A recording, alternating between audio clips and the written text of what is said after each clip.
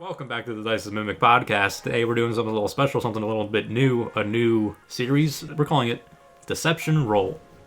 I'm taking 3 stories from RPG Horror Stories, the Reddit, and 2 of them are real. One of them I made up. I wrote it myself. Whoever's with me will have to figure out which one is fake. We will give advice along the way of things we would do differently, advice for just life in general, how we roll with things or run things.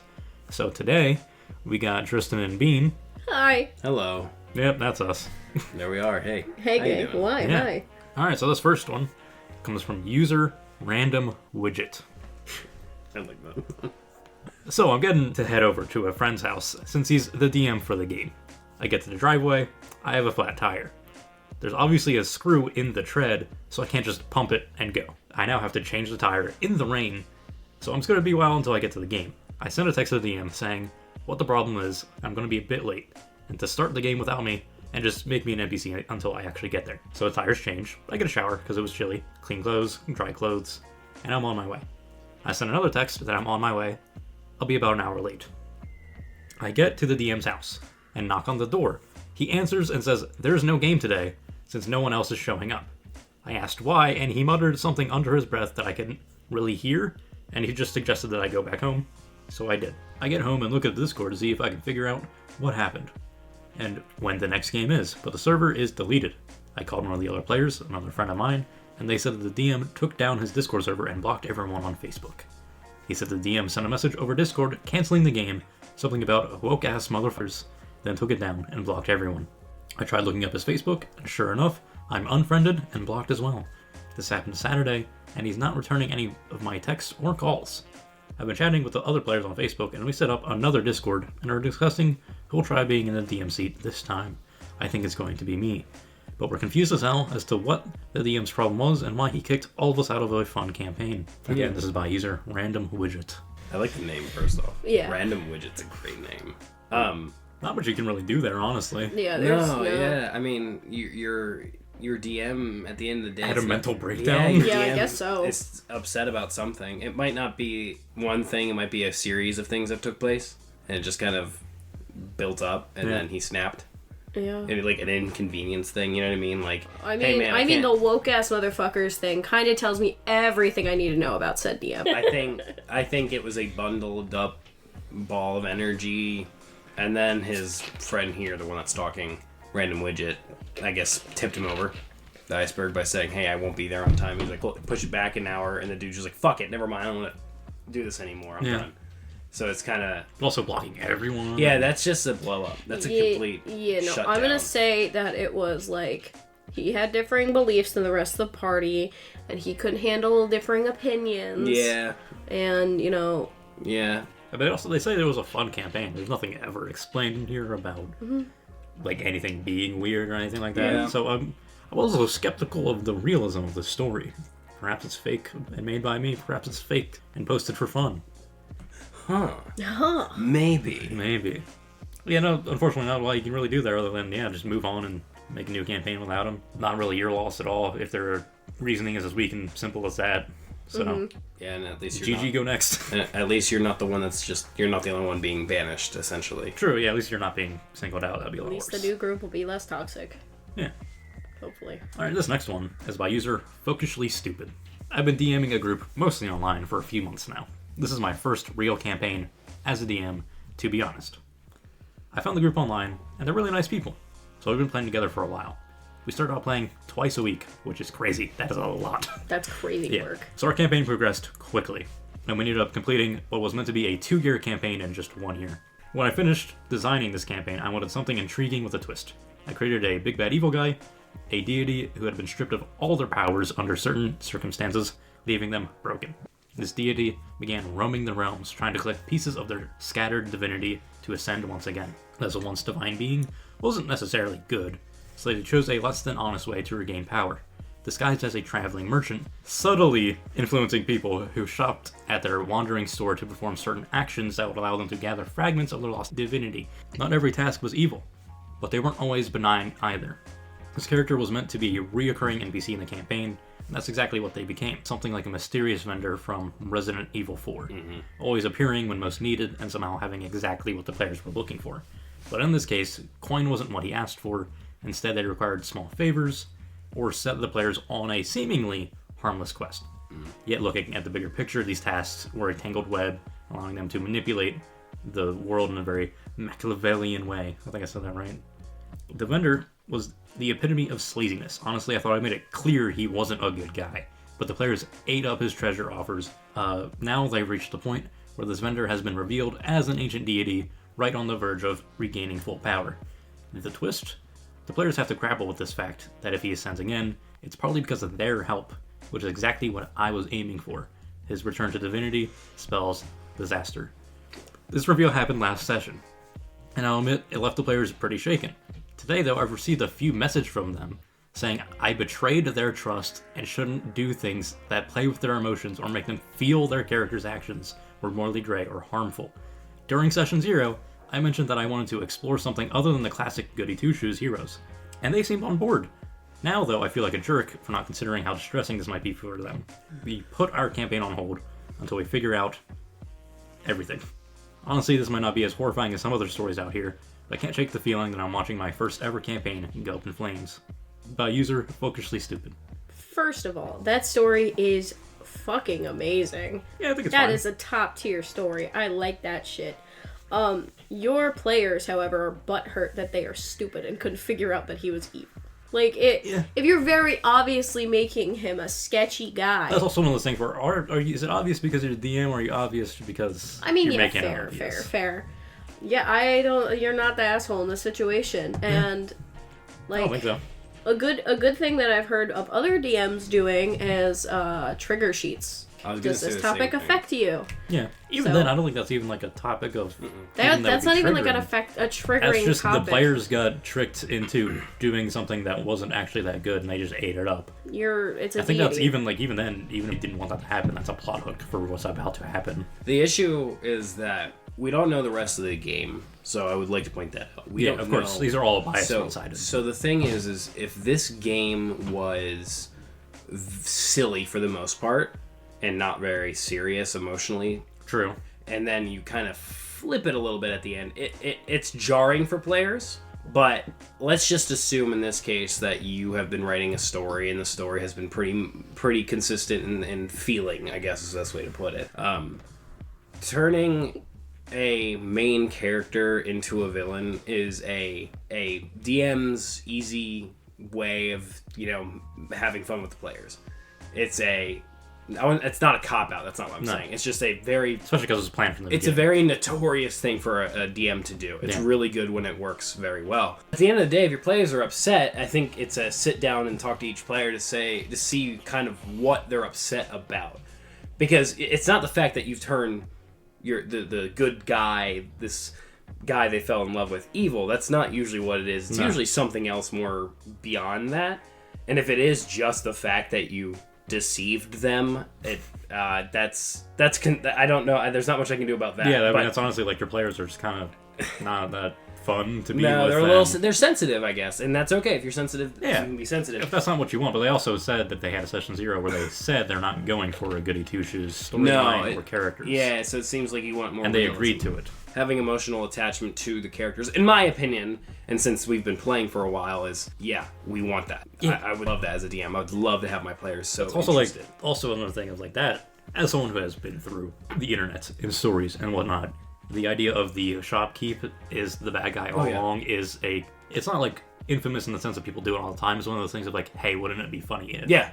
So that's another thing is also like, not everyone's online, not everyone within a community, but it's also like, that's not an out of left field thought that this guy had on his own, probably. It seems like a pretty simple setup that they executed well, and the players were just not appreciative of it, which just kind of sucks. I think from a real emotional standpoint, as a character, maybe a DM is that you have showed us an NPC that we fell in love with, and we have emotional attachment to them, and now you're going to make him the big bad evil guy, and we have to turn against him. I think at the end of the day, that's what they're upset about, is that we have to now stop the guy. He was just a shopkeep. I know, but they fell in love with him. They fell in love with him. It'd be different if it was, like, I don't know, Curtis. If we had Curtis turn out to be the big bad evil guy, it would be like, he was there from the beginning. Correct. And so that would be a lot more different. Go ahead. I think that Curtis was the big bad evil guy. I would not even be like completely surprised. As the DM says, he set up this shopkeeper to be sleazy and weird and putting them on random quests. But they liked him. It should have been putting you off is the thing here. I think it's okay to be emotionally attached to your characters in the story. I think it's fine. Yeah. But I think there is a sense of realism versus a story. And at the end of the day, you're playing a character, and the character's playing a character. The NPCs are characters. Put your emotions into it, but don't get attached to them. I have that problem. Get attached to them and have fun. Yeah, but like, just don't be lame about it. But it's not the real world. Yeah. At the end of the day, it's not the real world. And if it affects you that badly, you might want to talk to your DM more closely on the do's and don'ts. If we're also taking the route of everyone loved the shopkeep, why not try to make him a good guy? Even that, if the whole party bands together and is like, we did this wrong thing, let's make him good instead, because we've helped them all this way, that could be a satisfying ending. If you notice the players want to do that, then just let it happen. You could also make the shopkeep the deity's puppet. That too. And now they have to fight the deity instead of the shopkeep. This is true. Yeah, from a DM. Yeah, there's ways around it. And now the battle's harder because you're directly fighting a god. I was going to say, Bean's right. As a DM's point of view, if you can't get to the bottom of it with your players, then switch it up a little bit on your end. Retextualize it, because they don't know yet. They don't know the whole story yet. Yeah. So you can retextualize as much as you need to get it to work. Obviously, if you care about your players' opinions, you know, like if which this person clearly does. Yeah. So like if it really is like, I really don't want to lose these players, I really want them to stay part of this game. It also sounds like it's the very end of the campaign too. I mean, at that point, like, just write it out. Even if the players hate it, like, just be like, all right, well, at least it's done. Yeah. Now next time we'll try. Now we know better. No. All right, for this next one, we have user Shadowed Arrowing. Like Lord of the Rings? That's sick. Arrow with an ING on the end of it. What in the fuck? Reddit, man. This happened about 6 months ago when I joined a D&D group hosted by a friend of a friend. Let's call him Dan. The campaign was a homebrew epic set in a post-apocalyptic world where divine magic had vanished. We were tasked with uncovering why. Things were great. Our party was a motley crew of my ranger, a grizzled fighter, a mysterious warlock, and an optimistic cleric. But things got odd. Around session 5, the fighter received a cryptic letter from a shadowy figure named The Whisper. Dan made a big deal about it, handing the player a physical prop, dimming the lights, the whole thing. And when we asked about the contents in the letter, the fighter just shrugged and said, background stuff, I think? I mean, fair enough. Players keep secrets, no big deal. Then eventually the warlock got a vision of The Whisper. It was a vivid description of a hooded figure with red, glowing eyes, and mentioned that the warlock felt an unshakable sense of familiarity. At this point, the rest of us were side-eyeing each other. Were we all supposed to be building up to this Whisper person? Me, the ranger, hadn't had any interactions with him, and neither had the cleric. But Dan kept dropping hints about the Whisper was always watching. At some point, towards the end of the campaign, we were in the middle of a climactic fight against some cultists when the Whisper finally revealed itself. Dan gave this big, dramatic speech about how none of us could be trusted, and revealed that the Whisper was actually the fighter. The fighter looked just as confused as the rest of us. Dan grinned like he pulled off the heist of the century and explained how the Whisper had been a sleeper persona planted in the fighter's backstory all along. But the fighter protested, saying he never agreed to anything like that. Dan waved it off, saying, I thought it would make a better story. The session ended in awkward silence. Again, by user Shadowed Arrowing. Ooh. Yeah, no. Ooh. Fuck that. You were playing with a lot of trust, man. Okay, so like, first of all, as a DM, don't touch your characters' backstories without talking to them first. Yeah. You can't just be like, yeah, so, you're the bad guy. Congratulations. I mean, to an extent, obviously you want to surprise your players at all points. Yeah. Mm-hmm. But and don't make them have fun, but don't just be like, yeah, I thought this was better for you. I couldn't come up with a villain, so you're the villain now. Yeah. It's not unless you're gonna make the whole party the villains in the end. Like, hey, just like so you know, previous story. Everything you've been doing this whole time is actually bad. That could be a good story point if you've talked to them at some point about it. You're like having a visceral reaction. Yeah, it's very dangerous when you play with backstories of players. Like if a player, you can tell when a player gives you a backstory and the backstory is 2 paragraphs of like 5 sentences each. That means that player doesn't really know how to make a backstory thick, like a thick backstory. That, or they want to keep it simple. And that's given the opportunity for you as a DM to go, I have a lot of room to work with. And usually that's also just say, quick, hey, did you did you want to keep it simple like this, or are you just keeping it open-ended for me to do Yeah. this? And if they're like, oh, no, you can do whatever you want, it's like, great. I can do almost anything I want. Yeah. You don't really walk on the player's history by saying, like, they're evil. I think at the end of the day, it doesn't matter that they were the Whisperer or not. It was the fact that they're evil when they're not evil. Yeah, when they were not given a choice in that. Yeah, that's where the things go wrong. If I had a player turn evil, that's a discussion I would have With the player. Immediately had that discussion.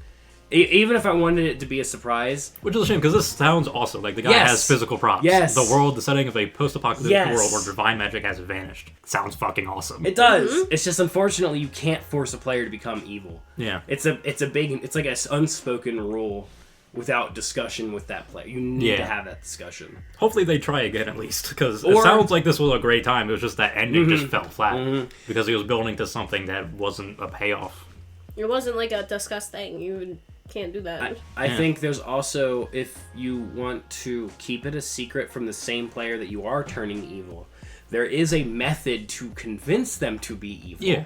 But that takes a lot more work and a lot more hidden talent, and it requires a lot of kind of shoving and pushing gently in different directions, and even then the player might not even do it. Yeah. You would have to do a lot of convincing as the Whisperer. Yeah. Like, this is why you should be with me, you know? Like small stuff, just like a simple voice in the back of your head is like, but what if? Like, that's where you would start, kind of thing. And if they take the bait, You just had to ask. Yeah. Like, are you cool with this? Yeah, if you're gonna turn a character a completely 180 to a different side, whether evil to good or good to evil, talk about it. That's your best bet. To keep it all sane, that's your best bet. Also, as a player, don't just flip-flop. Not without reason. If you have reason, go for it. And the DM's like kind of there with you, go for it. But All right, so we have 3 stories. 1 by Random-widget. 2 by FolkishlyStupid. And the third one by Shadowed Arrowing. I'm gonna say that 1 is definitely you. Okay. Because 2 can't be you. You couldn't pronounce half the words. that's part of the whole scheme. So you're both saying 1? I think it's either 1 or 3. Mm-hmm. Okay. I'm gonna say. Shall we keep score? You Shall know we have what? a total score You know for what? everyone? I'm gonna play devil's advocate. I will say 3 just so that there's a difference in battle here. I'll say 1. All right. Well, the answer was 3.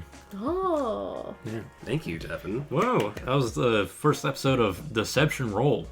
And what have we learned? What was the 3 things that we learned?